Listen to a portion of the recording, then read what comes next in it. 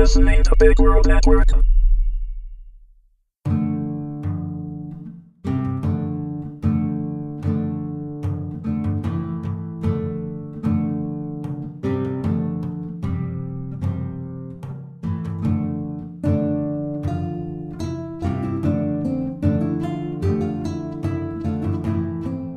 The Boys. This is the first sequel to Skyfire, written and read by Arthur W. Johnson. The prologue. We hold these truths to be self-evident, that all men are created equal, with unalienable rights, that among these are life, liberty, and the pursuit of happiness. From the Declaration of Independence.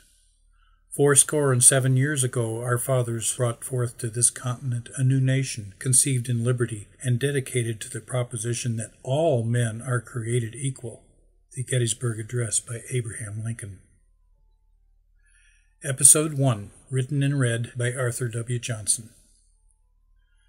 An ode to the glories of war should never have been penned. There are no glories in war, of that I assure you, my friend. The sudden silence stunned Robin. He vaguely wondered how the harsh noise of battle could stop so abruptly. Why, just a moment before, he had heard the beginnings of what he thought was an explosion right next to his... Wait a moment. Was he dead? He was lying on his back. He could feel the pressure of his body against the ground. He could neither see nor hear anything, but he could feel. Suddenly there were hands grabbing him and moving him around. He knew that because he could feel the hands on his arms and legs. Quite abruptly, he no longer felt the ground beneath him. He felt himself swing up into the air and come down with his stomach atop something soft and damp with sweat. He bounced along on his stomach for a while. He couldn't move. He wished he could see what was going on. The senses that remained left him frustrated, to say the least. The headache that suddenly started pounding wasn't helped any either when he was flipped over again, landing with the back of his head on the ground. Thank goodness for the soft grass, he thought to himself. Or had he said that out loud? He didn't know because he still couldn't hear. He could feel hands all over him again. What was going on? Robin could feel the warm sun on his face as he lay in the cool grass that he could smell earthy and green beneath him. He took inventory of himself and didn't feel pain anywhere, except for a tender spot near the back of his head and the persistent headache, so he must not be too badly wounded. Maybe he was dead after all. And what, he thought, wouldn't I be able to see heaven and God and the angels? I can't be dead. This isn't how I imagined death at all. Once again hands took hold of his arms, raising him into a sitting position. So he wasn't dead. Someone held a cup of water to his lips. My goodness, that tastes good, he thought. He tried to say it out loud but couldn't hear his own voice. Can you hear me? He asked. At least he thought he did. No one answered. Finally someone pulled on his hands again. So he stood and walked where he was led. At least he had control of his legs again. He felt the coolness of shade over him, and then the person turned him around and pushed him into a sitting position, leaning against a tree. He assumed it was a tree because of the cooler air he felt and the roughness on the back of his head. His memory still worked as well. He remembered another rebel charge coming across the field near the town of Gettysburg. He could still smell the sulfur in the air from the rifle and cannon. It had never occurred to him just how much war stank until that moment. He began to understand why his hearing and sight had gone. The thought of the explosion that he had not heard the end of ran through his mind.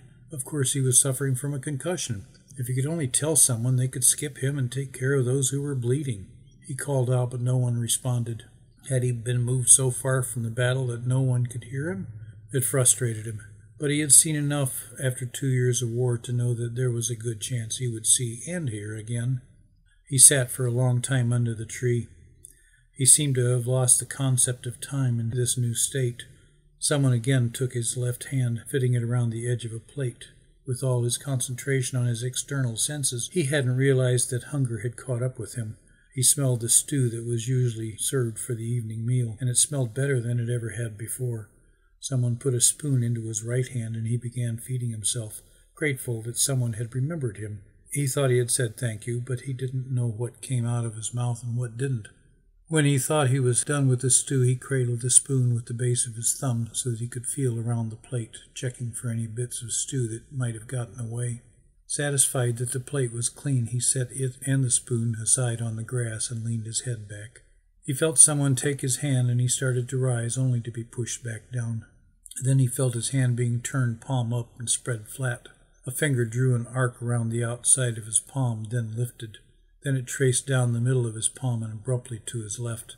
He was starting to get it. These were letters. It was Clement. "Clement, if that's you, wag my head for yes."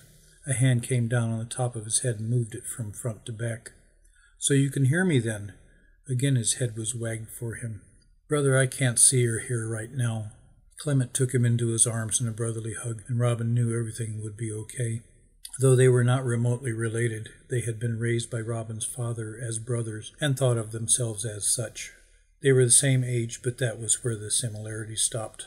Clement was well over 6 feet tall, while Robin, like his father, had a small Irish build. Clement was thoughtful, where Robin tended to act first and think about it later, if at all. Their one common bond was their sense of loyalty and fairness, which was why they were in the war in the first place, fighting for the rights of the oppressed. Robin's father, Seamus, had paid the ultimate price for the freedom of others. It had been his final lesson for the two of them, and they had learned it well. Both captains in the Northern Army, they had brought pride to the military as well as themselves on more than one occasion. "Must go. We'll be back," Clement spelled out on Robin's palm. "I understand. Your company's still in the thick of the battle, I assume?" Robin asked.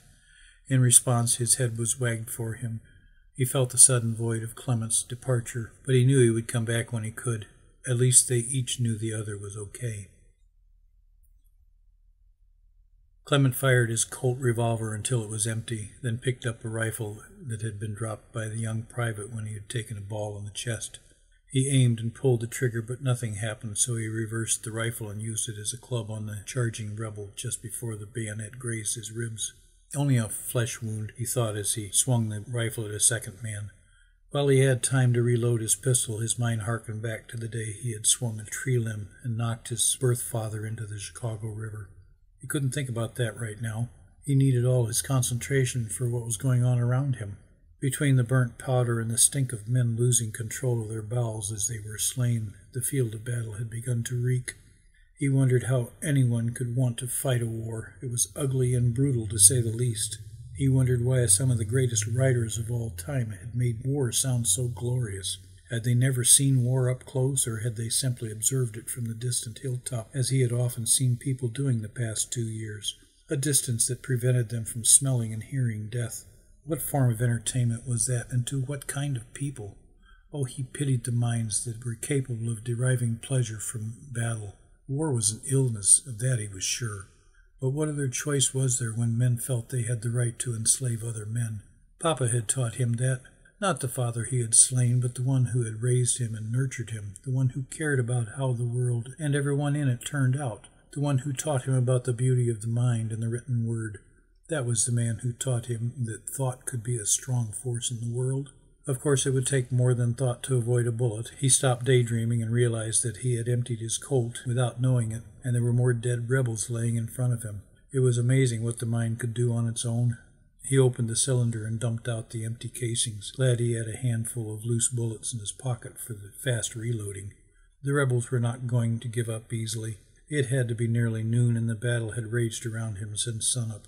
His arms were tired, his back ached from the one blow he had sustained, his ribs stung from the flesh wound, and the awful smells clogged his nostrils.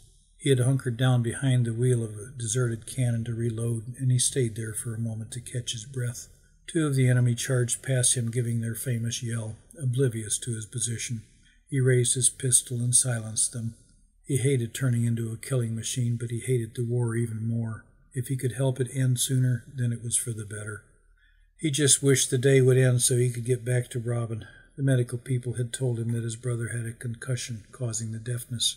They assumed that when the corporal was thrown against him in the blast, the crashing of their skulls together had caused the loss of eyesight. They also assumed that both senses would return in time. He sincerely hoped so, for Robin had a unique way of seeing the world around him and translating that view to others. The world was a brighter place because of his brother. The fighting seemed to have moved away from him. He wondered where the rest of his unit was. He looked around and was about to move out from behind the cannon wheel when he heard the ping of a stray shot ricochet off the cannon's barrel, then felt the searing pain of the hot bullet as it tumbled into his left thigh. "Ach! Mother in heaven, someone help me," he howled. No one responded. He pulled his scarf from his neck, tied it around his thigh above the jagged wound to stem the flow of blood, then leaned back against the wheel and willed the pain to ease up. Now what do I do about Robin? He thought as he looked around to see what was going on. Still no Union soldiers were within hailing distance, but the good news was neither were the enemy. He would just sit quietly for a little while and then try to get to the medical tent in the rear for a patch-up. "Well, looky what we got here," the rebel soldier said to his pal. "Seems that one of them Yankee captains done fell asleep against this here old tree. You think he's asleep?" "Looks like it. Maybe we should wake him up and take him prisoner." "Yup, that's what we're going to do." The one kept his rifle trained on Robin while the other shook his shoulder. "Clement?" Robin felt the empty air in front of himself. "Ah, he's asking for clemency. Maybe we shouldn't hurt him too bad." "He can't see us. He's looking betwixt us like we ain't here. Hey, Captain, what are you looking at? Clement, is that you?" "He ain't asking for clemency, you idiot. He's asking for someone named Clement. I think he's blind."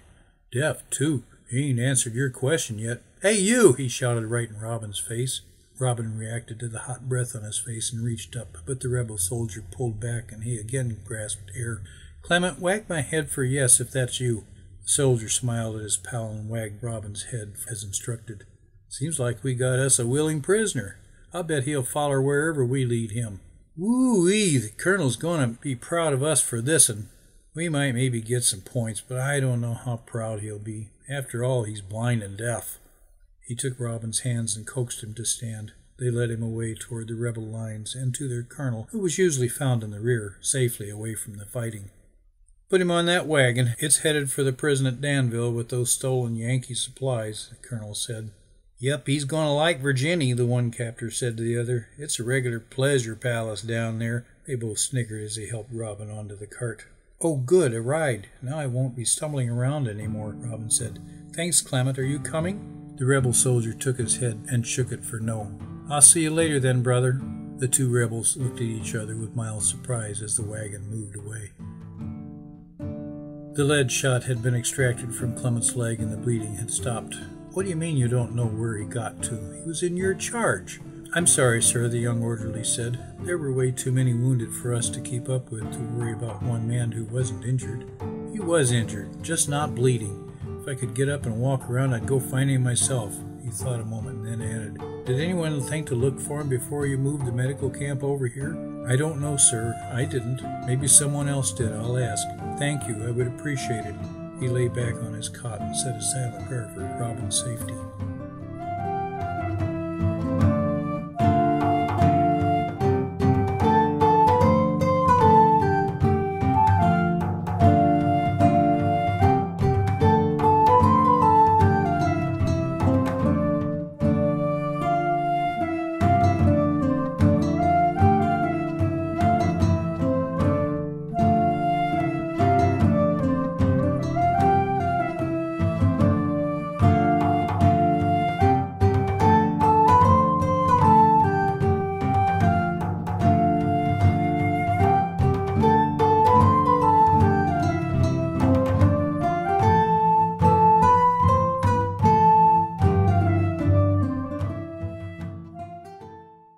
Music by Kevin MacLeod. You're listening to Big World Network.